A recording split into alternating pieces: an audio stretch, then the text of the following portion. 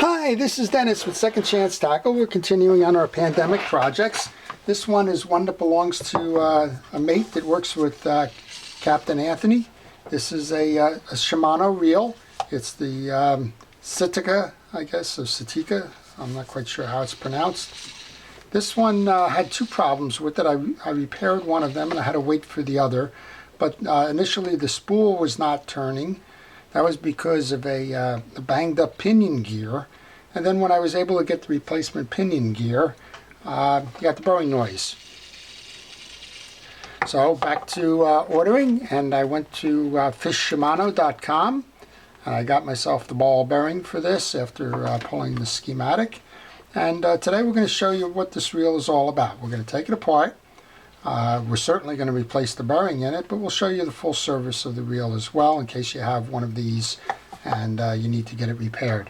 So you can go and get that that schematic at the same place, fishshimano.com, and that schematic will tell you by piece and part what you may or may not need, but it'll also show you an exploded view of the reel itself, so that it helps you with kind of a pictorial representation of what this reel is. So if you get lost along the way, it's an easy way to get back on track. Of course, I always recommend taking pictures along the way. That's always helpful. If you get stuck, there's nothing better than a picture to look at. So use your cell phone camera. Take a video if you like. Use a good old standard digital camera for all that matters, but take pictures at critical junctions so that you can see the sequence and the orientation of the pieces and parts you've been taking off. So for example, we just took the handle nut off. Now we're going to take the handle off, and we're going to notice behind that there's a little click washer kind of a thing and a star adjuster. We're going to back the star adjuster off. That other piece will come off. It just did. This is got a clicker underneath it and a spring. That's why it kind of shot up there. Be careful when you're doing these things. Recognize what they are. And this is where a lot of folks get confused. So there's a spring in here underneath the cap, and then there's a full nut that that cap is adjusting. So that you want to take that off as well, and that's a counterclockwise threading. And you'll notice when you take this nut off that there's two sides to it. There's a side that has kind of a groove cut in it, and the other side is flat. Well, the groove is going to hold that spring. So remember when you go to reinstall that it goes upwards. There's a corresponding groove in the back end of the cap here as well that you can see that'll seat the spring. Then we have two tension washers. They're concave, and then a flat washer which finishes off that stack. It's good policy and practice to remember the sequence to that. Okay, to remove the side plate here, there's a little switch. It's right here. It says pull it forward to open, and then you usually flip it down. Probably, there you go, it just pops out, and then it'll cycle up. And you want to work with that because you have to remove the spool on this one while you're servicing. And just check the spool. Again, I had problems with this earlier with the spool. It was sticking. So before I go too much further, I'm going to just relax that, put this back together without the spool. Because remember, we have the pinion gear and we have the bearing, so I don't want to go reassembling anything until I deal with that. There's 3 side plate screws on this side, and there's 1 side plate screw on the other that's going to get the gear side off. They're these funky machine screws. Sometimes a Phillips head will work and sometimes it won't. So just give it a try. These are the ones that have those centers in them. And you notice I'm going to let those screws fall to my workbench here because I want to make sure that if the screws are different in terms of lengths, I want to make sure that I recognize which one is the shorter or the longer screws from that. And when I go to reinstall, I want to make sure I get them back in the right way. These 3 are the same. Let's go over to this case screw on this side and just make sure that it's 4 in a row, and if not, well, this case screw is different. So that's why I do it. This case screw has a rough thread The others have a fine thread. So now I know that the 3 that have the fine thread or machine thread belong on the outside, and the one that has the rough thread or the, I don't know what they call that thread, I'm sure I'll remember it. I call it just a rough thread, but make sure that you notice that that goes in the back. Don't try and put it the other way. Big gear and little gear. This is a high speed. This is a 7.2 to 1 ratio. I'm going to take these 2 springs off because they tend to shoot. Then I'll explain it. So if you just look here, let's just use that as the indicator. You'll notice that as this wheel goes around, by the time it gets back over to here, this dial has turned 7.2 times. So we just had a problem with one the other day. It was rough operating. It didn't happen to be one of these. But as you turn the reel, at the same point in the stroke, every time when it got to the top, interestingly enough, there would be kind of a grab. And then it would continue on, and when it got back up to the top, there would be a grab again. That's almost always an indication that the main gear is the problem. If you were having that grab and it happened intermittently, let's say it happened here one time, and then over here, and then back here, and then over here, that's usually an indication that the pinion gear has gone bad. Well, in this case, this reel had a bad pinion gear. It wasn't associated with that test I'm just telling you about, but it had a bad pinion gear. That pinion gear had seized to that bearing nut, probably from lack of maintenance, I'm not sure what, but regardless, when that seized, the spool wouldn't turn because the pinion gear wouldn't move in and out off the yoke. So I was able to replace the pinion gear. The actual bearing itself, this one here, wasn't available, so I had to wait for that, and that's what's available now. Okay, if you're servicing the reel, then you're going to take the main gear off. You're going to take the click ratchet and the washer that's underneath that.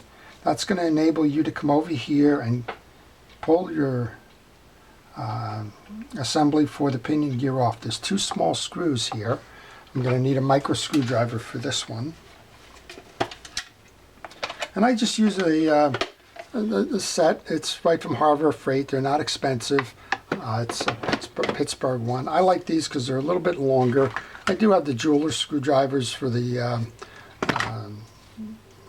glasses and the like, but I like this one. You get a little bit more leverage. So I'm going to take those 2 screws out. And be careful with these. These things have a tendency to shoot because they're so darn small. Just be careful with it. Removing those 2 screws, you just saw it, they just fell. Take the 2 of those and put them into my parts tray. You'll notice I have that parts tray here, and there's a reason for that, so I can find the pieces later. That opens up my assembly here. I can remove the assembly, and this is the bad bearing that we're trying to replace. So hopefully, yep, we were able to get that off. That's a noisemaker, so I'm going to just put that over on the side there so that we don't run into any trouble. Of course, if you're doing your servicing on this and you don't have a bad bearing, then all you're going to want to do is oil that bearing and just reinstall. In this case, I have a bad bearing, so we're going to give it a drink of oil here, and then we can put it into the case.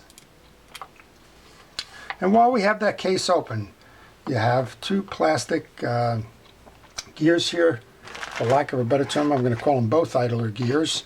One of them may not be. It's probably a drive gear or some other nomenclature for it. Just looking for my brush.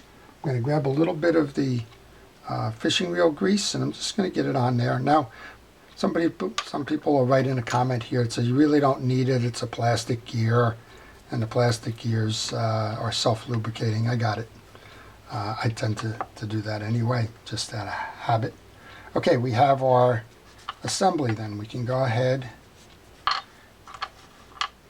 Now on this one, you're going to see there's a ramp here on the back of this collar, so if you, or a yoke.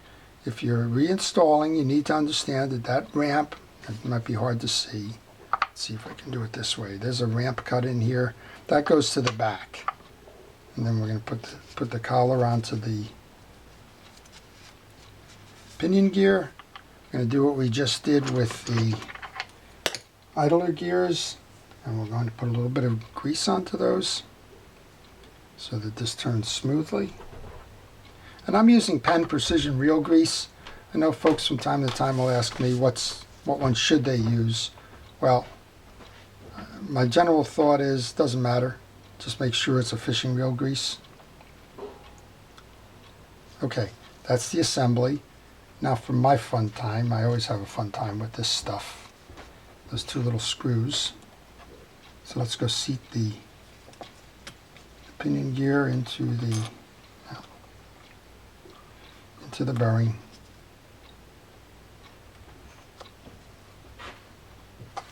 There we go. That's going to operate a whole lot more efficient there. And then my personal little problem here is those small screws. I'm going to use a little bit of the grease to try and use that as kind of a glue to hold that small screw to my small screwdriver, like that. And try and aim it to get it near the hole. I think I actually got that one in. How do you like that? One more. So it's a nice reel. I'm not sure what the cost is. I'm going to guess it's over $100, but I don't know exactly what it is. It's part of the current stable of the Shimano lineup. This one's been fished hard. Anthony fishes up here in the New York Harbor. He's got a charter boat. His mate is always out there fishing with him, and they put him through the paces, that's for sure. Okay, we got it all lubed up. Back over here, we've got the click ratchet goes on next. This is going to be your trip for your free spool release. Here's your free spool. That's going to come down. It's going to push this up. This is going to engage with your click ratchet. And I've got this backwards. Okay, see what you learn? All right, let's just take that out. That post was interfering. There's only one way it can interfere, and that's because the yoke was on the wrong way. Let's just pull that up. Back it up to the other side. And reset it. There we go. Now we can line it up, and that post will be out of the way, and we'll be able to put that click ratchet in. So there's a good reason for using pictures. Now if I got totally stumped there and said, what in the world is going on here? I would be right back to that picture that I just took, and said, and that would help me kind of free it up. And don't think that I don't follow my own advice. I do.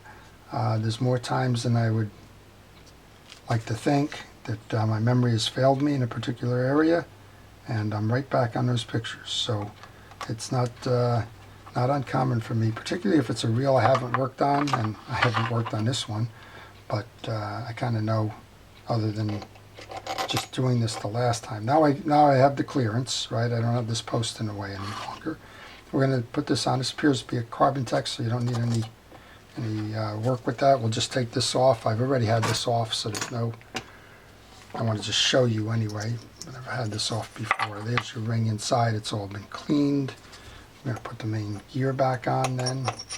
Actually, again, I've had this reel open before, so I don't want to skip steps here. Check all of your teeth to make sure that they're all uniform, that they're not cracked or broken or chipped or missing or bent or anything like that. And then a couple of spots of grease. Because the gears are different ratios, they will work that grease around, so don't worry if you miss a few spots. That's okay. All right, we'll put this back on. And that's the inner workings of the Shimano Citica. Somebody from Shimano can call me up and let me know exactly how to pronounce that. It's like Tika reels. I always was calling them Tika reels for some reason. Not that I got a call from the folks at Tika, but at least I knew that that was the answer. We have an anti-reverse bearing in here. Doesn't hurt to put a drop of oil or two. I recommend oil on the bearings. I don't recommend going and using a grease. Grease can get trapped in those bearings and just make it pretty difficult. I will reseat the case now.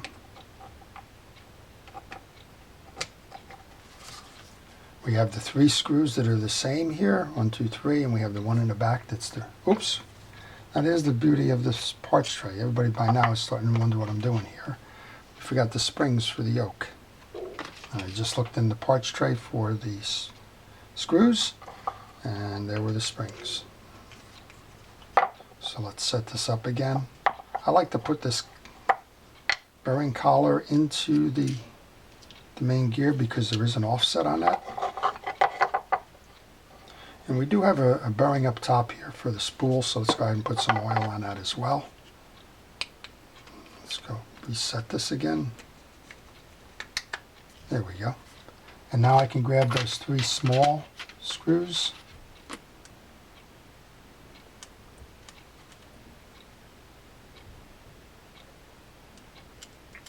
And those of you that watch the videos know these are my bugaboo.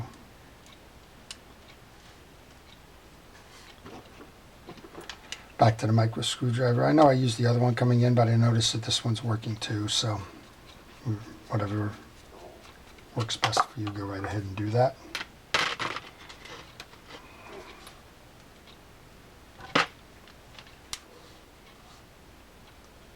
These are nice reels.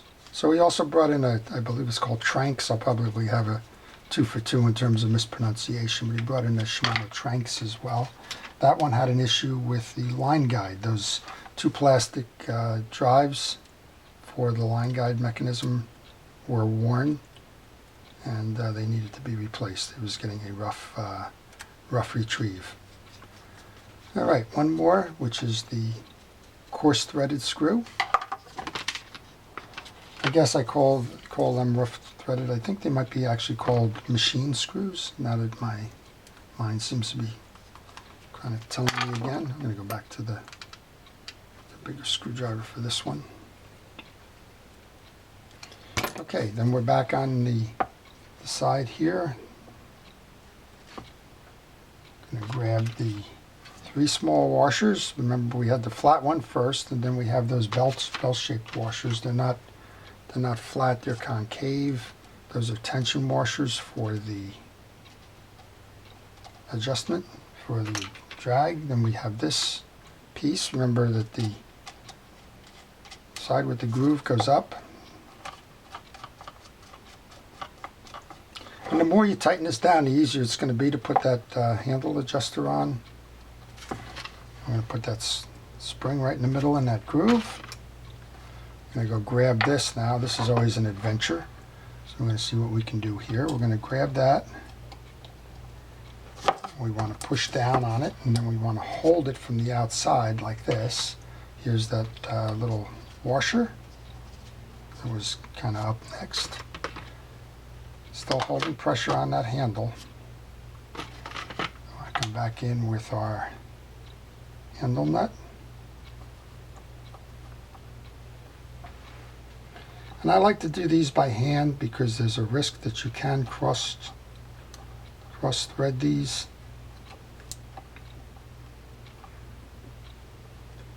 And if you cross thread them, there we go. If you cross thread them, it's nothing but a problem because you're going to have to replace that axle. All right, I got it. Yay. Let my hand relax a moment here. This is a 10mm nut. We'll go tighten that down. We can put the cap on.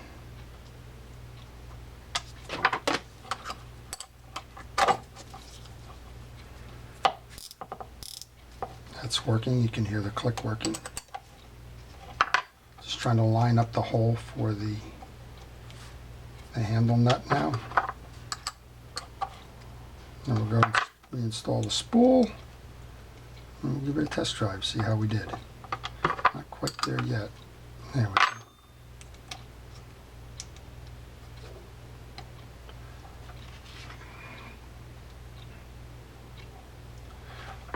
Alright, folks ask me about bait casters. We really don't use them too much here, so it's hard for me to make a recommendation. I can tell you that the name brands do well,